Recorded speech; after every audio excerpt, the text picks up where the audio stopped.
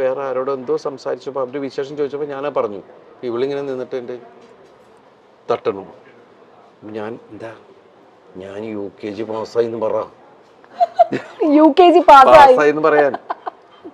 പഠിക്കും കേട്ടോ, ഇരുന്ന് കുത്തി ഇരുന്ന് പഠിക്കുന്ന ഒരു പ്രകൃതമാണോ അതോ ഇങ്ങനെ? ആ സ്കൂളിലെ ആൾക്കാർ പറയുന്നത് നിങ്ങൾ ഒന്നും പഠിപ്പിക്കരുത്. മാതാപിതാക്കളോട് പറഞ്ഞ ആദ്യത്തെ മീറ്റിംഗ് അതായിരുന്നു. ഓക്കെ, നിങ്ങളുടെ കുട്ടികൾ ഇവിടെ വരട്ടെ, അവരെന്താ പഠിച്ചെന്ന് ഒരു സമയം കഴിയുമ്പോൾ നിങ്ങൾക്ക് മനസ്സിലാവും എന്ന് പറയുന്നതല്ല. പക്ഷെ അവിടുത്തെ കുട്ടികളൊക്കെ നമ്മൾ ഇവരൊന്നും പഠിക്കണമെന്ന് കാണില്ല. പക്ഷെ അത് കഴിഞ്ഞ് പിന്നെ ഇടയ്ക്കിടയ്ക്കാണ് ഈ ഹോംവർക്ക്. പക്ഷെ ഹോംവർക്ക് എന്ന് പറഞ്ഞാൽ ഇവക്കുള്ള പണിയാണ്. അത് എല്ലാ മാതാപിതാക്കൾക്കും അത് കൂടുതൽ അമ്മമാരാണ്. ഇപ്പൊ കണ്ടില്ല, അത് വരച്ച് അത് ഒട്ടിച്ച് ഇത് വെച്ച്. ചേച്ചി ആയിരിക്കും അല്ലേ ഇരുന്ന് ചെയ്യുന്ന? കാരണം ഇല്ല, കാവ്യ ചേച്ചി കാവ്യാണ് ചെയ്യുന്നത്. ഇവളുടെ ചേച്ചിയാന്ന് ചോദിച്ചു മീന. എന്നാലും ഞാൻ ഒരു കാര്യം ചോദിക്കട്ടെ ദിലീപേണ്ണ, കാരണം കാവ്യ ചേച്ചീനെ അത്രയും സ്കൂൾ കാലം തൊട്ട് കണ്ട ഒരാളാണ് ദിലീപ്. പിന്നെ ഇതാ ഭാര്യയായി, ഇപ്പൊ അമ്മയായി ചേച്ചി, ഇപ്പൊ കാവ്യ ചേച്ചി. അപ്പൊ ഈ ഒരു ട്രാൻസിഷൻ എങ്ങനെ നോക്കി കാണുന്നു ദിലീപ്? വളർന്നുകൊണ്ടിരിക്കൂല, അപ്പൊ നമുക്കൊന്നും ചെയ്യാൻ പറ്റില്ല. എന്നാൽ ഈ അമ്മയായപ്പോ ഭയങ്കര റെസ്പോൺസിബിൾ, ഒരല്പം വഴക്കൊക്കെ പറയുന്ന ഒരു അമ്മയായോ ചേച്ചി, അതോ സോഫ്റ്റ് ആയിട്ടുള്ള അമ്മയാണോ?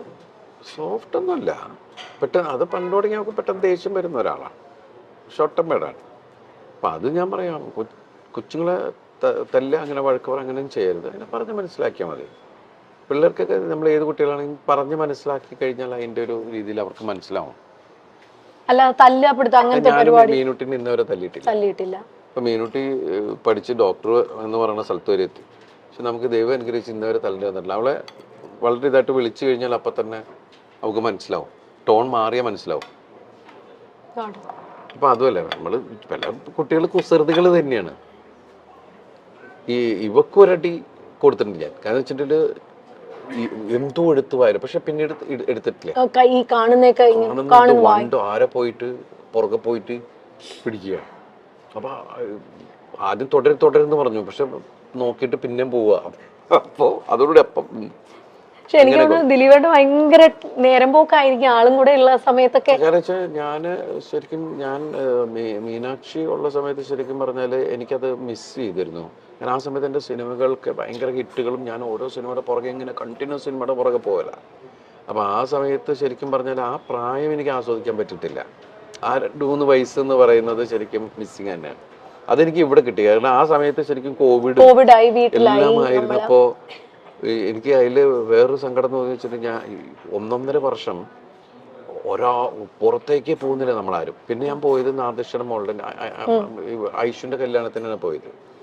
പക്ഷെ ദൈവം അനുസരിച്ച് അപ്പൊന്നും എനിക്ക് വീട്ടിൽ ആർക്കും കോവിഡ് കിട്ടിയില്ല.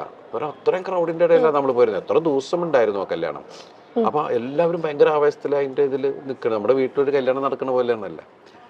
അത് കഴിഞ്ഞ് പിന്നെ വേറൊരു സ്ഥലത്ത് പോയപ്പോൾ, എവിടെയോ ഒരു എന്തിനോ ഫംഗ്ഷന് പോയപ്പോഴാണ് എനിക്ക് കിട്ടിയോ എന്നൊരു സംശയം. ഞാനാണെങ്കിൽ അങ്ങനെ എല്ലാവരെ കുറിച്ച്, കാരണം ഞങ്ങൾ 10-13 പേര് ഒരു വീട്ടിലാണ്.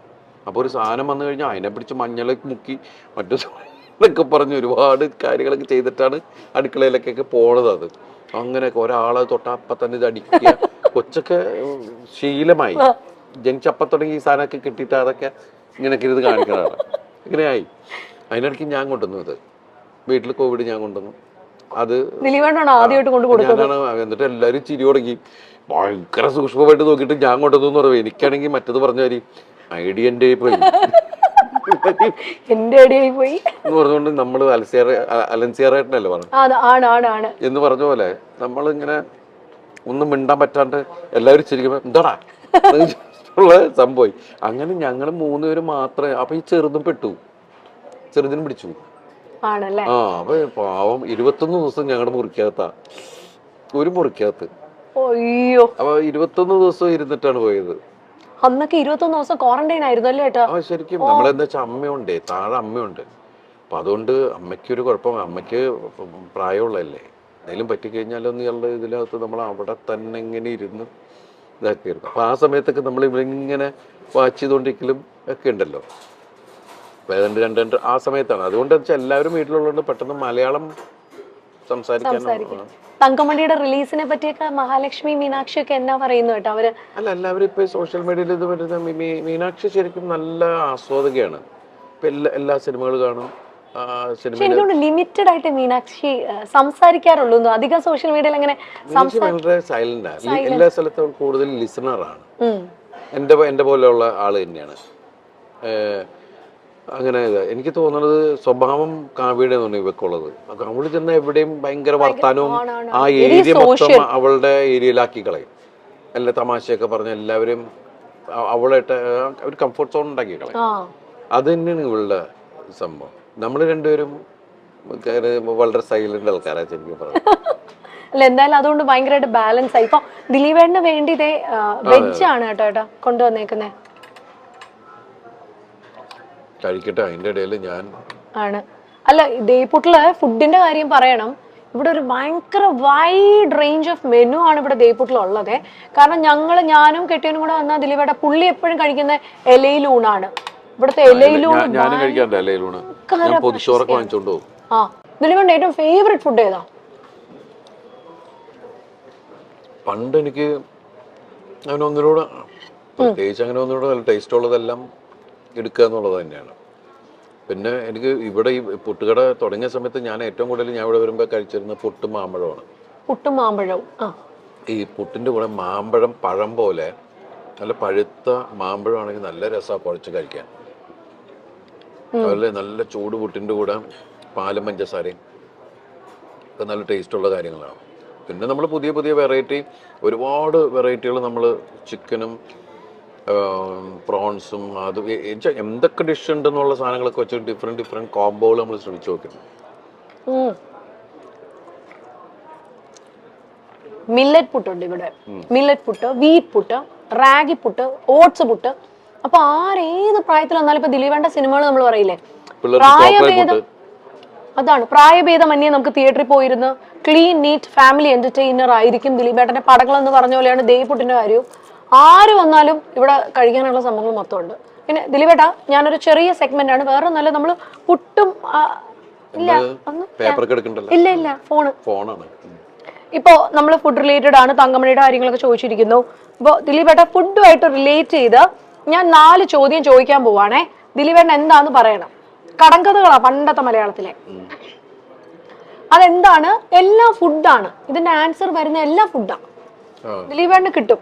അങ്ങനത്തെ ക്വസ്റ്റ്യൻസ് ആണ്. ആദ്യത്തെ ചോദ്യം, ശാശ ശീശു രണ്ടൊച്ച എടുത്തു നോക്കി 100 ഓട്ട. ശാശ ശീശു രണ്ടൊച്ച എടുത്തു നോക്കി 100 ഓട്ട. ഫുഡാണ്, അത് മാത്രമേ ഉള്ളൂ clue. Don't ask me any other clue. 100 ഓട്ട. ശാശ ശീശു രണ്ടൊച്ച എടുത്തു നോക്കി 100 ഓട്ട. അയ്യോ, അറിയാം ദിലീപേട്ടന് എന്താണേലും ഇത് അറിയാൻ പറ്റും. ആർക്കെങ്കിലും എന്താ പറയാ, ഞാൻ ഈ സമൂഹത്തിലുള്ള ഒരുപാട് വലിയ വലിയ കാര്യങ്ങൾ ആലോചിച്ചുകൊണ്ടിരിക്കുന്നതുകൊണ്ട് ഈ ഓട്ട് കിടുന്ന വിഷയങ്ങളൊന്നും ആലോചിച്ച് സമയം കളയാറില്ല. അപ്പൊ അതുകൊണ്ട് സ്വയം പറയുന്നതായിരിക്കും നല്ലത്. ദോശ 100 ഓട്ട. കുറെ ഓട്ടകൾ വരത്തില്ല ഏട്ടാ ഇങ്ങനെ പൊള്ളി വരുമ്പോ? അങ്ങനെ പറയാൻ പറ്റൂല. അല്ലല്ല, അങ്ങനെ ഓട്ടമൊന്നും വരുമൊന്നുമില്ല. അതിന്റെ മേളില് അങ്ങനെ വന്നേക്കാം. അത് ഫുൾ അത് എല്ലാ ദോശക്കൊന്നും വരാൻ പറ്റില്ല. ഞാൻ വേണമെങ്കിൽ കൊണ്ടുത്തരാൻ കാണിച്ചുതരാം. അല്ല മറ്റേ ഇങ്ങനെ കുമ്പള പോലെ ഇങ്ങനെ. അല്ലല്ല, അങ്ങനെ പറയാൻ പറ്റൊന്നുമില്ല. അങ്ങനെ ദോശക്ക് ഓട്ടയാണെങ്കിൽ എങ്ങനെ ശരിയാവണത്? അങ്ങനെയല്ല, ഇതിലിപ്പം അങ്ങനെ ദോശയിൽ ചട്നി ഒഴിച്ചു കഴിഞ്ഞാൽ ചട്നി താഴെ പോട്ടെ അല്ലേ? ശരിയാണല്ലേ? അപ്പൊ പിന്നെ അത് മാറ്റി പഠിക്കണം. ശരി. അടുത്തത് അരിപ്പുള്ളി നായരും തേങ്ങാപ്പുള്ളി നായരും കൂടി. ചേട്ടാ സീരിയസ് ചോദ്യം. ഞാൻ ഒന്നാമത് ഈ ജാതി പറഞ്ഞിട്ടുള്ള വിഷയത്തിൽ ഞാൻ പിടിക്കില്ല. ഇതാ അരിപ്പുള്ളി നായരും തേങ്ങാപ്പുള്ളി നായരും കൂടി മുളപ്പുള്ളി നായരുടെ വീട്ടിൽ വിരുന്ന് ചെന്നു. കോൽപ്പുള്ളി നായരെ കുത്തി പുറത്താക്കി. നമ്മുടെ അച്ഛൻ അപ്പൂപ്പനൊക്കെ പിള്ളമാരാണ്. നമുക്ക് ഈ നായമാരുടെ വിഷയം നമുക്ക് അത്ര പിടിയില്ല. ഇത് ദിലീപേട്ട അറിയാം, ഇത് പറഞ്ഞേ പറ്റൂ. എന്താണത്? ഒന്നുകൂടി പറഞ്ഞു. അരിപ്പുള്ളി നായരും തേങ്ങാപ്പുള്ളി നായരും കൂടി മുളപ്പുള്ളി നായരുടെ വീട്ടിൽ വിരുന്ന് ചെന്നു. കോൽപ്പുള്ളി നായര് കുത്തി പുറത്താക്കി. കോൽപ്പുള്ളി നായര് കുത്തി പുറത്താക്കിയ എന്താണത്? പപ്പടോ? എന്താണ്? പുട്ട്. അതാണത്. ഒന്നുകൂടി ചോദിക്കേ. അത് പുട്ട്. ഇനി വളരെ എളുപ്പമാണ്. അരിപ്പുള്ളി നായര് ക്ലാരിറ്റി പറയണം എല്ലാത്തിനും. അരിപ്പുള്ളി നായര് അരിപ്പുള്ളി എന്ന് പറഞ്ഞാൽ അരിമാവ്, അരിപ്പൊടി. പുള്ളി പുള്ളി എന്ന് പറയണ അതെനിക്കറിയില്ല കേട്ടാ. ഒരു കാര്യം പറയുമ്പോ അതിന് വ്യക്തമായിട്ട് അറിവുണ്ടാവണം. അരിപ്പുള്ളി നായര്, പിന്നെ അടുത്തത് തേങ്ങാപ്പുള്ളി നായര്. പുള്ളിയായിട്ട് എന്താ ഇതാണ് ബന്ധം? പുള്ളി എന്ന് പറയുമ്പോ കാക്കപ്പുള്ളി, അങ്ങനത്തെ പുള്ളി പോലത്തെ നമ്മള് മറ്റേ പുള്ളി എന്നൊക്കെ പറയില്ല, ആ പുള്ളി ഈ പുള്ളി, അങ്ങനത്തെ പുള്ളിയാണ് ഇതില്. അപ്പൊ അരിപ്പുള്ളിയും തേങ്ങാപ്പുള്ളിയും. എന്നിട്ട് പുള്ളി നായരും ചെന്ന് മുളപ്പുള്ളി കുത്തുന്ന ആളാണ് നായര്. പിന്നെ എല്ലാരും നായന്മാരാ. ശരി ചേട്ടാ വെറുതെ ഇത് വർഗീയത. മുളപ്പുള്ളി നായർ, അത് മുളയായിരിക്കും ഉദ്ദേശിക്കുന്നത്. മുളയിന്റെ അകത്ത് മുളപ്പുള്ളി നായരുടെ വീട്ടിൽ വിരുന്ന് ചെന്നു, കോൽപ്പുള്ളി നായര് കുത്തി പുറത്താക്കി. എല്ലാ നായന്മാര് അപ്പൊ ലാസ്റ്റ് കോൽപ്പുള്ളി നായര് കുത്തി പുറത്താക്കി. ഇതെവിടെ കറക്റ്റ് ആയിട്ടാ? പുട്ടാണ് കേട്ടോ. അത് വരവച്ചു. ഞാൻ പുതിയൊരു ഐറ്റം പഠിച്ചു. ആ പുതിയൊരു കാര്യം പഠിച്ചു. ഇനി അടുത്തതാണ് കേട്ടോ. ഇത് ഭയങ്കര എളുപ്പമാണ്. പറഞ്ഞു തന്നിട്ട് ചോദ്യം ചോദിച്ചാ പോരെ? ഇത് എളുപ്പമുള്ള ചോദ്യമാണേ. ശാശി ശുമ്മ കെട ശപ്പൻ നായരുടെ മേലെ ചോദിക്കുന്നില്ലെങ്കിൽ ചിലപ്പോ ദിലീപേട്ടനെ കൊല്ലും. ശാശി ശുമ്മ കെട ശപ്പൻ നായരുടെ മേലെ കെട. ഇത് പണ്ട് ഏട്ടാ, ഇപ്പൊ 1986 നമ്മുടെ തങ്കപ്പണിയുടെ കാര്യം പറഞ്ഞ പോലെ പണ്ട് നമുക്ക് വംശനാശം വന്ന്, എനിക്ക് അത്ര ഏജ് ഇല്ല, അതുകൊണ്ട് എനിക്ക് പിടികിട്ടണല്ലോ ഇതെന്താന്ന്. ആ സമയത്തുണ്ടായിരുന്ന ആൾക്ക് പെട്ടെന്ന് പറയാൻ പറ്റും. ഇത് വേറൊന്നുമല്ല കേട്ടോ. അതിന്റെ ശപ്പൻ നായരുടെ മേലെ കെട എന്ന് പറയുമ്പോ നമ്മുടെ കടുക് താളിച്ച് ഒഴിക്കുന്നതിനെ പണ്ട് പറഞ്ഞുകൊണ്ടിരുന്ന ഇങ്ങനെയുള്ള കൂറപ്പേരുകൾ. ഇനി ഒരെണ്ണം കൂടെ ഉള്ളേ. ഇത് ശാശി ശുമ്മ കെട, ഞാൻ പറയുന്നില്ല. ഇത് കടുക് താളിച്ച് പുറത്തൊഴിക്കുന്നത്, കറിയുടെ പുറത്തൊഴിക്കുന്നതിനാണ് അത് പറയുന്നത്. അതൊക്കെ പണ്ട് അന്യം നിന്ന് പോയതാ. ഒരെണ്ണം കൂടെ ഉള്ളു, ഇത് പറയാൻ പറ്റുന്നില്ല. വേണം പച്ചയ്ക്കൊരു കെട്ട് ചുട്ടാലൊരു കൊട്ട. പച്ചയ്ക്കൊരു കെട്ട് പപ്പടം. കറക്റ്റ്. ഇത്രേ ഉള്ളൂ. ദിലീപേട്ട അറിയൊക്കെ ചെയ്യാം കേട്ടോ. ചുമ്മാ അല്ല, ഞാൻ അറിഞ്ഞത് പെട്ടെന്ന് പറഞ്ഞ പിന്നെ കാര്യമില്ലല്ലോ നിങ്ങൾക്ക്. അങ്ങനെ നിങ്ങൾ എന്റെ വായിന്ന് എന്തെങ്കിലും കുരുത്തക്കേട് കേൾക്കാനാണല്ലോ പറയണത്. അപ്പൊ ഞാൻ എന്തെങ്കിലും പറയണ്ടേ? ഒരിക്കലും ഞാൻ അങ്ങനെ ഒരിക്കലും ദിലീപേട്ട ഒരിക്കലും ഇല്ല. നമ്മൾ എത്രയോ വേദികളിൽ നിന്നിട്ട് ഞാൻ അമിതമായി കളിയാക്കിയിട്ടുള്ളതാണ്. എന്നെ ഞെട്ടിപ്പോയി. ഞങ്ങളൊരു സ്റ്റേജിൽ ദിലീപേട്ട എൻട്രിക്ക് ഭയങ്കര റേറ്റിംഗ് കിട്ടിയ ഒരു ഇവന്റ് കൂടിയായിരുന്നു ഞങ്ങളുടെ. മാമാങ്കം എന്ന് പറഞ്ഞ മറ്റേ നമ്മുടെ മിമിക്രി ആർട്ടിസ്റ്റ് അസോസിയേഷന്റെ ഒരു ഇവന്റ്. ദിലീപേട്ടൻ ഡാൻസ് കളിച്ചോണ്ടാ വന്നത്. ഞാൻ ഞെട്ടിപ്പോയി. കാരണം നമ്മളൊന്നും പ്ലാൻ ഒന്നും ചെയ്തിട്ടുണ്ടായിരുന്നില്ല. എന്ത് അസാധ്യമായിട്ടാണ് ഡാൻസ് ചെയ്തത്. ശരിക്കും പറഞ്ഞ ഡാൻസ് ക്ലാസ്സിൽ എവിടെയെങ്കിലും ദിലീപേട്ടൻ പോയി പുറത്ത് പോയി ഓസ്ട്രിയ, ഇംഗ്ലണ്ട് എവിടെയെങ്കിലും പോയി ഡാൻസ് പഠനം നടത്തിയിട്ടുണ്ടോ? ഒരു സ്ഥലത്തും പോയിട്ടില്ല. ഒന്നും പോയിട്ടില്ല. അങ്ങനെ പോയിട്ടുണ്ടെങ്കിൽ ഈ ക്ലാസ്സിൽ നിന്ന് തന്നെ പുറത്താക്കിയിട്ടുണ്ടാവും. ഞാൻ മോശപ്പെട്ട ഡാൻസർ തന്നെയാണ്. എനിക്ക് ഡാൻസ് ഒന്നും അറിയൊന്നുമില്ല. ഇഷ്ടപ്പെട്ടൊന്നുമില്ല. അല്ലല്ല, ഞാൻ നന്നായിട്ട് ഡാൻസ് കളിച്ചിട്ടുണ്ടെങ്കിൽ ആ ഡാൻസ് മാസ്റ്റർമാരുടെ എടുക്കാം. ഞാൻ ഇതൊക്കെ നമ്മള് പണ്ട് സിനിമയിൽ ഇങ്ങനെ നടനാവുന്നൊക്കെ ഉണ്ടായിരുന്നെങ്കിൽ അത് പഠിക്കാൻ പോയാൽ മതിയായിരുന്നു. ഡാൻസും ഫൈറ്റും ഒക്കെ പഠിക്കാൻ പോയി കഴിഞ്ഞാൽ നമ്മുടെ ഇങ്ങനെ ആഗ്രഹം കൊണ്ട് വന്ന് ഇങ്ങനെയൊക്കെ ആയി എന്ന് പറയുമ്പോൾ ഉണ്ടാവുന്ന പിന്നെ ആ സമയത്ത് മലയാളികൾക്ക് ഏറെ ഇഷ്ടമുള്ള മലയാള സിനിമയുടെ എവർഗ്രീൻ കോംബോയാണ് കാവ്യയും ദിലീപും. ദിലീപ് കാവ്യ ജോഡികളുടെ സിനിമകൾ എല്ലാം ഹിറ്റായി മാറിയിട്ടുണ്ട്. ഒരു സമയത്തിന് ശേഷം ഇവർ ജീവിതത്തിലും ഒന്നായപ്പോൾ ആരാധകർക്കും അത് സന്തോഷം തന്നെയായിരുന്നു. ഇരുവർക്കും ഇപ്പോൾ ഒരു മകൾ കൂടിയുണ്ട്, മഹാലക്ഷ്മി എന്ന മാമാട്ടിക്കുട്ടി. കാവ്യ ഇപ്പോൾ അമ്മ റോളിൽ തിളങ്ങുകയാണ്. മാത്രമല്ല തന്റെ ബൊട്ടീക്കായ ലക്ഷ്യയുടെ ബ്രാൻഡ് അംബാസിഡറായി പല വസ്ത്രങ്ങളിൽ മോഡലായും ഇപ്പോൾ കാവ്യ മുന്നോട്ട് വരുന്നുണ്ട്. കാവ്യ എന്നാൽ ഇത്തിരി മുൻചുണ്ടിയുള്ള ആളാണെന്നാണ് ദിലീപ് പറയുന്നത്. കാവ്യയ്ക്ക് പണ്ടേ കാവ്യ സ്കൂൾ കാലം തൊട്ടേ അറിയുന്ന ആളാണ് ദിലീപ്. കുട്ടിക്കാലം മുതൽ കാണുന്ന ആളായതുകൊണ്ട് തന്നെ കാവ്യയ്ക്ക് പെട്ടെന്ന് ദേഷ്യം വരും എന്ന കാര്യം ദിലീപിന് അറിയാം. അതുമാത്രമല്ല കാവ്യയോട് കുട്ടികളെ തല്ലി വളർത്തരുത്, പറഞ്ഞ് മനസ്സിലാക്കി വേണം വളർത്താൻ എന്ന് പറയാറുണ്ട്. മീനാക്ഷി ഇന്നുവരെയും താൻ തല്ലിയിട്ടില്ല എന്നുകൂടി പറയുകയാണ് ദിലീപ്. മീനാക്ഷിയെ പോലെയല്ല മാമാട്ടി, അല്പം കുസൃതിക്കാരിയാണ്. ചെറിയ വായിൽ വലിയ വർത്തമാനമാണ് മാമാട്ടിക്ക്.